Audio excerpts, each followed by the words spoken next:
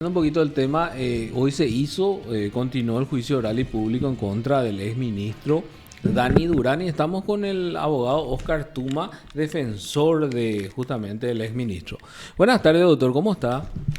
¿Cómo están? Buenas tardes para ustedes y a las órdenes. Muy bien, doctor. Queríamos conocer nomás con respecto a cómo va el juicio oral y público al exministro Dani Durán. El día de hoy terminó.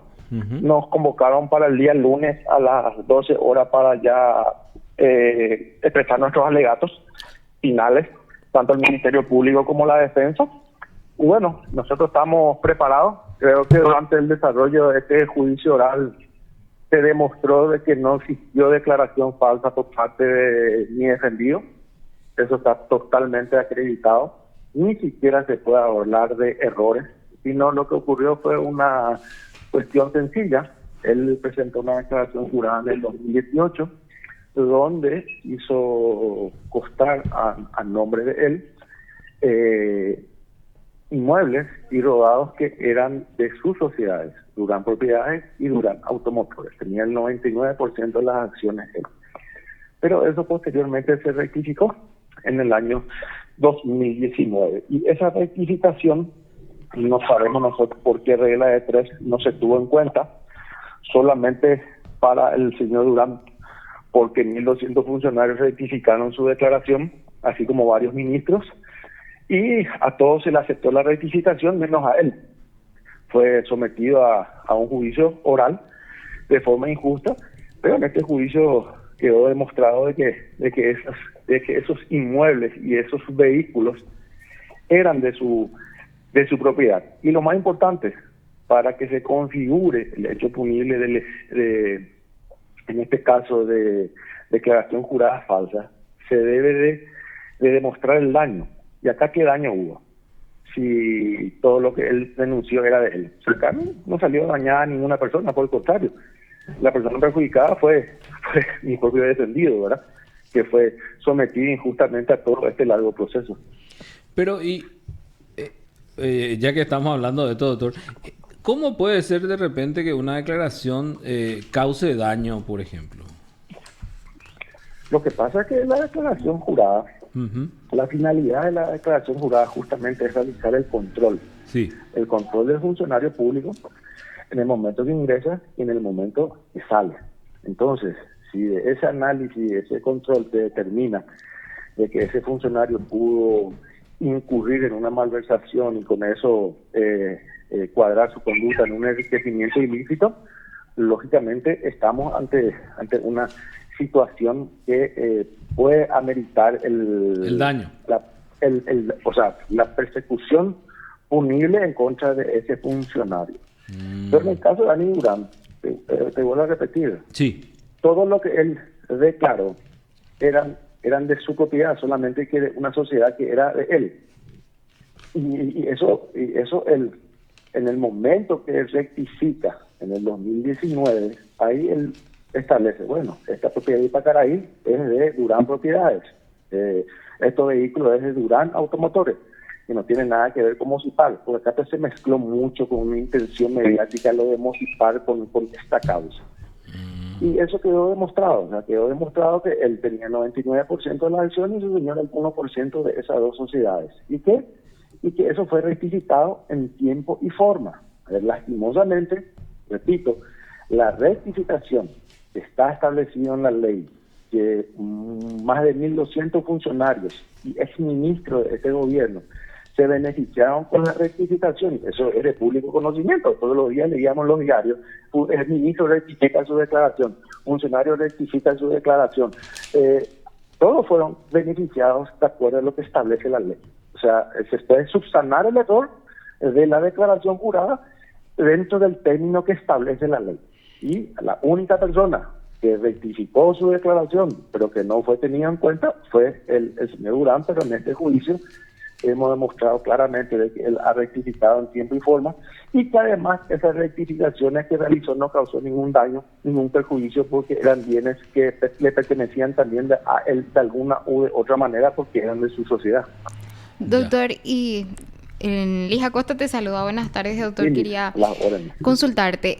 Hablas de que es una práctica normal, digamos, la rectificación, que muchos funcionarios lo hicieron, incluso ministros, pero, y hasta él lo decía, o sea, lo daba a entender que sería como una persecución entonces directamente contra él. ¿Persecución de quién sería, doctor, este caso? Y lastimosamente hubo un medio de comunicación que constantemente generaba una presión mediática en contra del señor Durán, cuando era ministro y después de dejar el cargo, ¿verdad? Y se llegó a esta instancia, nosotros creemos, por esa presión mediática del diario ABC Color en contra del mismo, generándose esa animadversión ciudadana en primer lugar, y en segundo lugar esa falta de objetividad por parte del Ministerio Público. Porque todos estos elementos de prueba que discutimos en el juicio oral estaban a disposición del Ministerio Público. Ellos tenían que realizar el trabajo de investigación, así como lo hicieron, porque cuando se remite la denuncia por parte de la Contraloría por inconsistencia en la declaración jurada, no se remite solamente la causa del señor Durán, se remitió también la señora Carla Bacigalupo, la de Eduardo Peta, la del ministro Varela y de 2 ministros más. Y ellos presentaron al Ministerio Público la rectificación necesaria y contra ellos no se inició ninguna investigación. La única persona, y eso lo testificaron los propios funcionarios de la Contraloría que fueron a declarar, la única persona en la historia de la República del Paraguay que se somete a un juicio oral por declaración supuestamente falsa es el señor Durán. Y más de 1.200 funcionarios rectificaron su declaración en el mismo lapso que le hizo el señor Durán. Y 6 ministros lo hicieron en el mismo lapso que lo hizo el señor Durán. Todos ellos están en su casa o en su cargo, y el señor Durán fue injustamente imputado, injustamente soportó una acusación, tuvo que renunciar al cargo, tuvo todo el daño que esto le ocasiona porque se demostró el perjuicio que esto le ocasionó. Le cancelaron su tarjeta, le cancelaron los créditos. O sea, el perjuicio enorme, ¿para qué? Para que lleguemos a un juicio oral y ni siquiera el Ministerio Público pueda determinar cuál es el daño. Porque no hay daño. No existe perjuicio contra nadie. Y todo lo que se denunció, de alguna manera, son del señor Durán. Doctor, es inexplicable lo que estamos viviendo. Doctor, y en este caso, ¿qué es lo que dice el Ministerio Público? O sea, ¿cuál es la acusación concreta? Porque usted dice, no se tuvo en cuenta lo del 2019, ¿quiere decir que tuvo en cuenta lo del 2018 nomás? Sí, el Ministerio Público solamente tuvo en cuenta su declaración jurada del 2018 y no tuvo en cuenta la rectificación que realizó el señor Durán en el 2020. Debiendo de tener en cuenta, porque hay una ley, porque todos los otros funcionarios se ampararon en la ley que establece en el artículo 5, una ley, no recuerdo el número, pero es de 2013, que establece en el artículo 5 que dentro de los 30 días se debe de plantear la rectificación cuando la Contraloría detecta inconsistencia. O sea, la Contraloría detecta inconsistencia en la declaración jurada de Oscar Tuma, le dice, Oscar Tuma, sabe que hay inconsistencia. Hace tu rectificación para aclararnos esta situación. Entonces, por eso es de que los funcionarios, cuando la Contraloría detecta inconsistencia, los funcionarios digan, pucha, sí, acá me equivoqué, acá está la rectificación. Realmente no era blanco, era negro. Entonces, todo eso lo hizo mi defendido, al igual que los otros 1.200 funcionarios y 6 ministros. Entiendo. Y esa rectificación que por ley debía de haber tenido en cuenta el Ministerio Público, no tuvo en cuenta. Entonces el Ministerio Público generó la imputación, generó la acusación, argumentando que su declaración del 2018 tiene errores. Pero se olvidó que eso fue rectificado y que eso fue subsanado. Entiendo, doctor, entiendo. Aprovechando, doctor, para consultarle sobre otra causa, ya que estamos en contacto con usted, nos confirman de que hay fecha de juicio oral para Mario Vega, ex titular del INDER. Quería saber primeramente si es que usted sigue como su defensa, doctor. Sí, otra causa también, donde nosotros hemos demostrado con documentos el señor Mario tuvo que dejar de cargo justamente a causa también de esta situación, donde hemos demostrado que no existió ningún daño, que las obras se llevaron adelante, le hemos presentado al Ministerio Público todas las pruebas, todas las fotografías, todo le hemos presentado de que realmente no existió ningún perjuicio contra absolutamente nadie, y mucho menos contra el Estado, y que todas las supuestas obras inexistentes están ahí y están funcionando y siguen funcionando. O sea que muchas veces resulta increíble como cuando el Ministerio Público, en lugar de actuar con objetividad, y vos le mostrás y le decís, acá está la supuesta obra que no funciona, digo, acá está funcionando, acá esto hace 3 años que está funcionando, y acá está dando agua, acá está dando su fruto. ¿Dónde es lo que está la obra fantasma?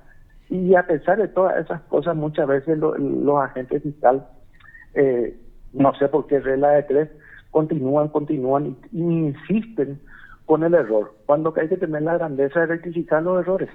El Ministerio Público tiene que actuar con objetividad. El Ministerio Público no es un órgano netamente acusador, es representante de la sociedad.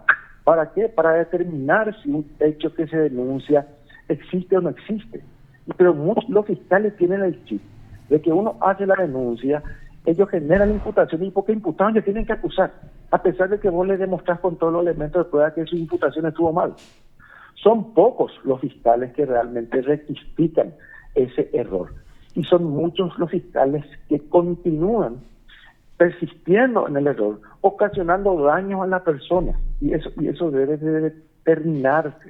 O sea, si en una investigación el fiscal se da cuenta que el hecho por el cual imputó no existe, y tiene que tener la grandeza de rectificar eso y solicitar el sobreseimiento definitivo de la persona, y no insistir y llegar a un juicio oral y tratar a través de cuestiones subjetivas obtener un resultado. ¿Por qué? Porque eso tiene un costo para todos los ciudadanos, y eso también le lleva tiempo a los miembros del tribunal y a los pueblos fiscales que podrían estar investigando otras causas donde realmente existen hechos punibles. En este caso, ¿cuándo va a ser el juicio, doctor? 21. El 21 está fijado, creo. Sí. Doctor, vamos a ver si se realiza, porque es una causa donde existen otros acusados, ¿verdad? ¿Hay algo pendiente ahí que no pueda realizarse, doctor? Que son varios dentro de ese proceso. Hay otras personas que sí tienen alguna responsabilidad, ¿verdad? No, pero Entonces, algún recurso que pueda suspender el juicio de ese día, ¿no sabes, doctor? Pendiente, sí. Y no. No hay. Por eso te vuelvo a repetir, como son varios los acusados, nosotros somos los más interesados en llevar esto adelante. ¿Por qué? Porque estamos munidos de pruebas periciales, donde determinan de que todo por lo cual se lo acusó existe y están en funcionamiento. O sea, pruebas periciales del propio Ministerio Público, le estoy diciendo. O sea, nosotros somos los más interesados que eso se lleve adelante. Pero hay otras personas que están acusados que, bueno, seguramente tienen algún tipo de responsabilidad, y entonces son ellos los que dilatan el inicio del juicio, ¿verdad? Creo que son más de 5 personas los que estamos dentro de este proceso. La situación de mi defendido, bueno, procesalmente es diferente, y los otros procesalmente tienen otra estrategia, y bueno, y respetamos, pero lastimosamente nos perjudica, pero a uno muchas veces está de un lado del mostrador y otras veces del otro lado. Entonces, respetando el trabajo técnico que hacen los otros abogados, nosotros no nos quedamos en una posición pasiva en el trabajo que están haciendo los otros, ¿verdad? Y también se le acusó a él de supuesto soborno de $25,000, doctor. Vos hablas de las obras que sí están, y con relación al soborno te consulto también. Y en relación al soborno, la propia persona que supuestamente iba a ser la sobornada vino y dijo que él no tuvo nada que ver, que la persona que le solicitó eso fue otra, que es uno de los que está acusado. O sea, dentro de esa situación, la propia persona que supuestamente solicitó o a quien le pidieron esa suma de dinero, él declaró de que mi defendido en ningún momento le pidió absolutamente nada, por el contrario, que mi defendido autorizó que se pague lo que debía de pagarse. La dilación del pago estuvo lastimosamente en otros funcionarios, que eran los que tenían que entregar el cheque, que eran los que estaban generando esa extorsión a esta persona para entregarle ese cheque. Pero el cheque ya estaba todo firmado con anterioridad, y bueno, ninguno de esos funcionarios está soportando también este proceso, ¿verdad? Y en ese caso que tuvo alguna salida procesal, teniendo en cuenta que dice que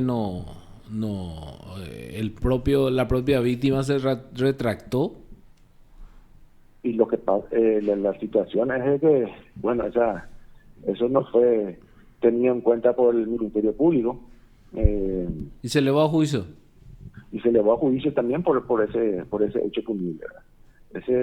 Ahí el funcionario está identificado, esta persona le identificó al funcionario. Nosotros hemos presentado las pruebas donde la firma del cheque por parte de mi defendido lo hizo un mes, muchísimo tiempo antes, y que era una cuestión de tesorería, la de la emisión del cheque, que ya estaba todo, o sea, era una cuestión de entregar. Y bueno, la persona encargada de darle el cheque, que no es mi defendido ya firmó, ya autorizó, ya estaba todo autorizado, ya pasa a otro departamento, ¿verdad? Y bueno, lo que tenían el cheque en su poder era lo que no estaban entregando ese cheque y le pedían una suma de dinero a esta persona. Y esta persona aclaró todo cuando declaró. Entiendo. Vamos a estar pendientes entonces, doctor, al juicio que se va a desarrollar la próxima semana.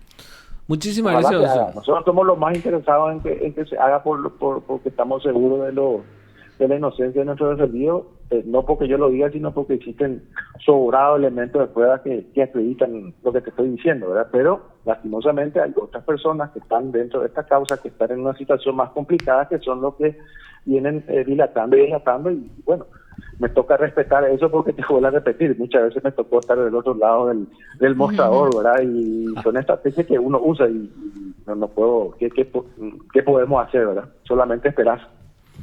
Sí. Es más, nosotros intentamos ya en una oportunidad desdoblar esto, ¿verdad? Y que se haga por cuerda separada, pero bueno, no tuvimos el resultado favorable, ¿verdad? Porque es una sola acusación y que no se podía desdoblar y eso. Pero bueno, lo que está a nuestra disposición, hemos hecho todo lo posible para que se haga. Pero ya escapa nuestra posibilidad si hay cambio de abogado, si hay recusaciones o situaciones que dilaten esto. Ya. Doctor, muchísimas gracias por su tiempo, muy amable de su parte. No, gracias a usted. Gracias, doctor, hasta luego. Hasta luego. Usted está escuchando PDS. Así hablábamos con el doctor Oscar Tuma, defensor de Dani Durán y también de Mario Vega. Entonces hablamos de dos causas específicamente. Aprovechando que él es la defensa de ambos. Sí, en este caso, con respecto al caso a Dani Durán, el próximo lunes